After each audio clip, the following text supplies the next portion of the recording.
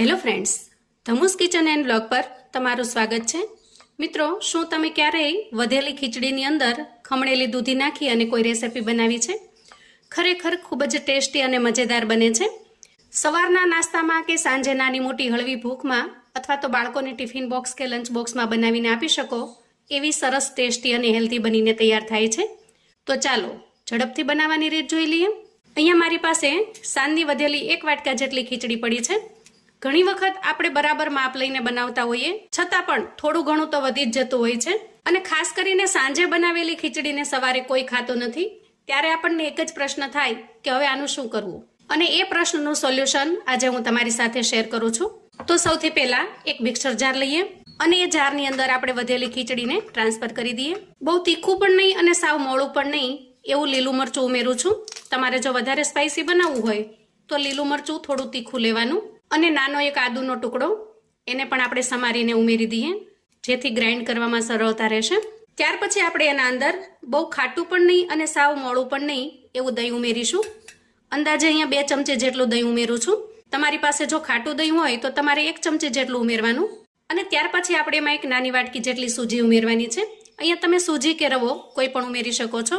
તમને થશે મિત્રો કે શું આમાંથી તમે ઢોકળા બનાવશો, ઈડલી બનાવશો, ભજીયા બનાવશો? તો એનો જવાબ છે ના, કેમ કે આપણે આજે આમાંથી એકદમ અલગ અને નવી રીતે નાસ્તો બનાવીશું. જુઓ, અહીંયા જેટલી ખીચડી લીધેલી છે એના કરતાં ચોથા ભાગની સૂજી ઉમેરી છે. હવે આપણે મિશ્રણની અંદર 4 થી 5 ચમચી જેટલું પાણી ઉમેરીશું. જુઓ, અહીંયા પાણીનું પ્રમાણ આપણે બિલકુલ ઓછું રાખવાનું છે, એક સાથે વધારે પાણી નહીં ઉમેરીએ. હવે ઢાંકણ ઢાંકી અને પીસી લઈએ. તો જુઓ, આ રીતે એકદમ સરસ બેટર બનીને તૈયાર થઈ ગયું છે. તૈયાર થયેલા બેટરને આપણે એક મિક્સિંગ બાઉલની અંદર કાઢી લઈએ. બેટર બનીને તૈયાર છે. આ રીતે બહુ જાડું પણ નહીં અને સાવ પતલું પણ નહીં એ રીતે બેટર બનાવવાનું છે. હવે ઢાંકણ ઢાંકીશું અને થોડી વાર માટે રેસ્ટ થવા દેશું, જેથી એમાં ઉમેરેલી જે સૂજી છે એ સારી રીતે સેટ થઈ જાય. અને ત્યાં સુધીમાં આજના નાસ્તા માટેની એકદમ ટેસ્ટી એવી ચટણી બનાવી લઈએ. હવે જુઓ, નાસ્તો એટલો ટેસ્ટી છે કે આપણે એના માટે સરસ મજાની ચટણી પણ બનાવીશું. તો તમારે ખૂબ જ ઉતાવળ હોય અને ચટણી ન બનાવો તો તમે એને ટોમેટો સોસ અથવા તો ઘરમાં કોઈ ચટણી પડી હોય એની સાથે પણ પીરસી શકો છો. પણ અહીંયા હું તમને એક ચટણીની રેસિપી પણ બતાવું છું. તો સૌથી પહેલાં અહીંયા હું 3 થી 4 ચમચી જેટલું નાળિયેરનું ખમણ લઉં છું. 2 ચમચી જેટલા દાળિયા લઈશું, એને એડ કરી દઈએ. એક લીલું મરચું લઈશું અને એને સમારીને એડ કરી દઈએ. અહીંયા થોડા મીઠા લીમડાના પાન લીધા છે, એકદમ કૂણા હોય એવા, એને પણ એડ કરીએ. આનો કટકો આદુ એને ઉમેરી દઈએ. અને આ રીતે થોડી કોથમીર અને એના ડાખલા છે ભેગા થયેલા, એને લઈ લઉં છું. અહીંયા આપણે સ્વાદ પ્રમાણે મીઠું એડ કરીશું ચટણીમાં અને થોડો આમચૂર પાવડર ઉમેરીશું. હવે આપણે એડ કરીશું 4 થી 5 ચમચી જેટલું પાણી અને ઢાંકણ ઢાંકી એકદમ સરસ ચટણી બનાવીને તૈયાર કરી લઈએ. તો અહીંયા જુઓ, વાહ, એકદમ સરસ ચટણી બનીને તૈયાર થઈ ગઈ છે. હવે આપણે આ ચટણીને થોડો સાઉથ ઇન્ડિયન ટચ આપીશું, એટલે કે આમાં થોડો વઘાર એડ કરીશું. તો અહીંયા જુઓ, મેં 1 ચમચી જેટલું તેલ ગરમ કરી લીધું છે. હવે એના અંદર થોડી રાઈ, જીરું, હિંગ અને મીઠા લીમડાના પાન એડ કરું છું. અને આ તૈયાર થયેલા વઘારને આપણે ચટણીમાં એડ કરી દઈએ. તો જુઓ મિત્રો, લાગે છે ને એકદમ ટેસ્ટી. હવે આપણે ચટણીને સાઈડ પર મૂકીએ અને આગળની તૈયારી કરીએ. હવે આપણી એકદમ ટેસ્ટી ચટણી પણ તૈયાર થઈ ગઈ છે અને બેટર પણ રેસ્ટ થઈ ગયું છે. અહીંયા પહેલાં જે હતું એના કરતાં થોડું ઘાટું બન્યું છે, એટલે કે રવો સારી રીતે ફૂલી ગયો છે. હવે નાસ્તા માટેની બાકીની સામગ્રી ઉમેરી દઈએ. તો સૌથી પહેલા આપણે અહીંયા દૂધી ઉમેરીશું. એક નાની વાટકી જેટલી દૂધીને મેં અહીંયા ખમણી લીધી છે અને એને નીચવી અને એનું પાણી પણ કાઢી લીધેલું છે. આ રીતે તૈયાર કરેલી 1 વાટકા જેટલી દૂધી આપણે બેટરમાં ઉમેરીશું. આ નાસ્તાની અંદર દૂધીનું પ્રમાણ થોડું વધારે રાખવાથી ટેસ્ટી એવી લાગે છે. અને વળી ઘરમાં જો કોઈ દૂધી નહીં ખાતું હોય ને એ પણ આરામથી આ નાસ્તો ખાશે.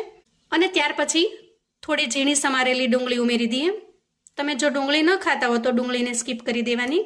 થોડા લીલા મરચાના ટુકડા ઉમેરીશું. તો તીખાશ માટે જેટલું જોઈએ એ પ્રમાણમાં તમારે લીલું મરચું ઉમેરવાનું. અને ત્યાર પછી થોડી કોથમીર ઉમેરી દઈએ. અને હવે આ બધા જ વેજીટેબલ્સને આપણે સારી રીતે મિક્સ કરી લેવાના છે. આ રેસીપી ટેસ્ટી હોવાની સાથે હેલ્ધી પણ બને છે, કેમ કે આપણે રેસીપી બનાવવા માટે ભરપૂર માત્રામાં વેજીટેબલ્સનો ઉપયોગ કરેલો છે. ખાસ કરીને સાંજે નાની મોટી ભૂખમાં અથવા તો બાળકોને ટિફિન બોક્સ કે લંચ બોક્સમાં સ્કૂલે જાય ત્યારે તમે આ બનાવીને આપી શકો છો. અને હવે આપણે સૂકા મસાલા કરીશું. તો એક નાની ચમચી અડધી જેટલી ભરી અને આપણે હળદર ઉમેરીએ અને સ્વાદ પ્રમાણે મીઠું ઉમેરીએ અને સારી રીતે મિક્સ કરી લઈએ. અહીંયા મસાલા સારી રીતે મિક્સ થઈ ગયા છે. નાસ્તાને એકદમ સરસ ફ્લફી અને જાળીદાર બનાવવા માટે આપણે અહીંયા અડધી ચમચી જેટલો ઈનો ઉમેરીશું. તમે ખાવાનો મીઠો સોડા પણ ઉમેરી શકો છો. થોડું પાણી નાખી ઈનોને આપણે એક્ટિવેટ કરી લઈએ અને હવે એ બેટરની અંદર સારી રીતે મિક્સ કરી લઈએ. અહીંયા ટેસ્ટી એવા નાસ્તાનું બેટર પરફેક્ટ રીતે તૈયાર થઈ ગયું છે. હવે આપણે ગેસ તરફ જઈશું. તો અહીંયા સૌથી પહેલાં આપણે પહેલો નાસ્તો બનાવી લઈએ. એના માટે થઈ અને મેં ગેસ ઓન કરી ગેસ ઉપર અપ્પે પેન મૂકી દીધું છે. હવે અપ્પે પેનના બધા જ બોક્સની અંદર આપણે 2 ટીપા જેટલું તેલ નાખી દઈએ અને પછી બ્રશની મદદથી તેલને બોક્સમાં ચારે તરફ લગાવી દઈએ અને ત્યાર પછી બધા જ બોક્સની અંદર થોડી થોડી રાઈ અને થોડા થોડા તલ ઉમેરી દેવાના. હવે જુઓ, પેન થોડું ગરમ થાય અને રાઈ અને તલ સારી રીતે શેકાઈ જાય એટલે આપણે દરેક બોક્સની અંદર બેટર ઉમેરી દઈએ. અહીંયા ગેસની ફ્લેમને આપણે એકદમ ધીમી રાખવાની. આ રીતે બધા જ બોક્સ ભરાઈ જાય પછી ફરી આપણે ગેસની ફ્લેમને મીડિયમ કરી લઈએ અને આ રીતે આપણે લીડ ઢાંકી અને સારી રીતે શેકાવા દઈએ જેથી કરીને અંદર સુધી સારી રીતે શેકાઈ જાય અને બિલકુલ કાચા ન રહે. હવે અંદાજે 2 મિનિટ પછી આપણે ઢાંકણ ખોલી ચેક કરી લઈએ. અહીંયા અંદરની સાઈડ અપ્પે સારી રીતે શેકાઈ ગયા હશે કેમ કે ઉપરની સાઈડ સરસ કોરી થઈ ગઈ છે. તો અહીંયા ચમચીની મદદથી આપણે સાઈડ ચેન્જ કરી લઈએ. જો આ રીતે એક કાંટી અને ચમચી લેશો એટલે આરામથી ચેન્જ થઈ જશે. જો હવે જુઓ, અહીંયા આપણે પલટાવી અને સાઈડ ચેન્જ કરી લીધી છે. અહીંયા અપ્પે બંને સાઈડ એકદમ સરસ ક્રિસ્પી થઈ જાય ત્યાં સુધી આપણે શેકી લેવાના. જરૂર જણાય તો 1 થી 2 વખત એની સાઈડ આપણે ચેન્જ કરી લેવાની. અહીંયા વચ્ચેના બોક્સની અંદર ઝડપથી થઈ જાય અને બાકીના બોક્સની અંદર જો આપણને થોડું કાચું લાગે તો આપણે એના બોક્સને ચેન્જ કરી લેવાના. જુઓ, એટલે ઝડપથી થઈ જશે. હવે જુઓ, આ રીતે બંને સાઈડ એકદમ સરસ તૈયાર થઈ જાય એટલે આપણે એક પ્લેટની અંદર કાઢી લઈએ. જુઓ, આ રીતે આપણે અપ્પેને એક પ્લેટની અંદર કાઢી લીધા છે. હવે આપણે નાસ્તાની બીજી રીત પણ જોઈ લઈએ. હવે આપણે અપ્પે પેનને લઈ લેશું અને ગેસ ઉપર એક તડકા પેન મૂકીશું. પેન થોડું ગરમ થાય એટલે આપણે એમાં અડધી ચમચી જેટલું તેલ ઉમેરીએ અને તેલને સ્પ્રેડ કરી દઈએ. ત્યાર પછી થોડી રાઈ ઉમેરીએ અને થોડા તલ ઉમેરી દઈએ. 4 થી 5 મીઠા લીમડાના પાન ઉમેરી દઈએ અને ત્યાર પછી બેટરને એમાં એડ કરી દઈએ. મિશ્રણને આપણે આ રીતે એક સરખું ફેલાવી લેવાનું અને ગેસની ફ્લેમને આપણે એકદમ ધીમી રાખી થોડી વાર માટે ઢાંકણ ઢાંકી થવા દેવાનું. અંદાજે 2 મિનિટ સુધી આપણે એને એક સાઈડ સારી રીતે થવા દેવાનું.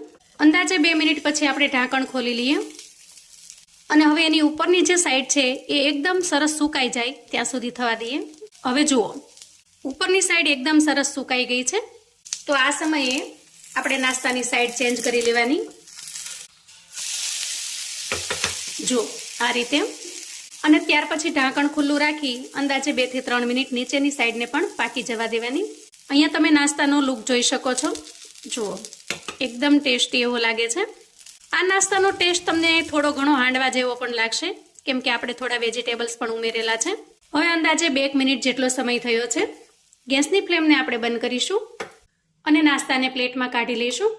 તો જુઓ, અહીંયા આપણો એકદમ ટેસ્ટી એવો નાસ્તો બનીને તૈયાર થઈ ગયો છે. આ નાસ્તો ઉપરથી ક્રિસ્પી અને અંદરથી એકદમ સરસ જાળીદાર બને છે. જુઓ, અહીંયા તમે જોઈ શકો છો. વેજીટેબલ્સથી ભરપૂર આ નાસ્તો ખાવાની ખૂબ જ મજા પડે એવો ટેસ્ટી પણ બને છે. નાસ્તાને તમે કોઈ પણ ચટણી સાથે પીરસી શકો છો. ગ્રીન ચટણી, ટોમેટો ચટણી અથવા તો ટોમેટો કેચઅપની સાથે અથવા તો કોઈ પણ ચટણી વગર સિમ્પલ પણ આ નાસ્તો તમને ખૂબ જ પસંદ આવશે.